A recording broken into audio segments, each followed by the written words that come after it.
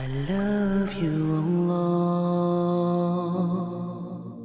Prophet ﷺ mentions Hajar running from Safa to Marwa, running around, carrying her baby Ishmael, looking for anyone to help her. She's in an abandoned place. There's no one there, right?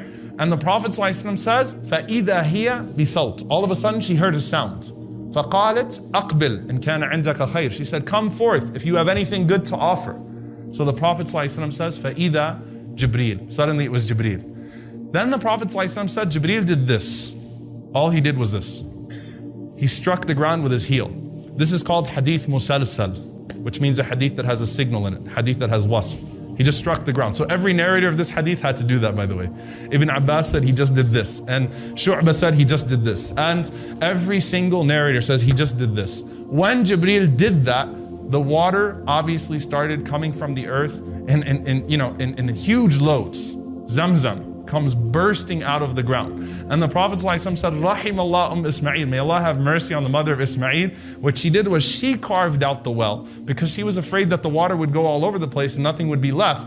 And the Prophet ﷺ said, had she not done that, then the entire earth would have been touched by Zamzam. Each and every single part of the earth.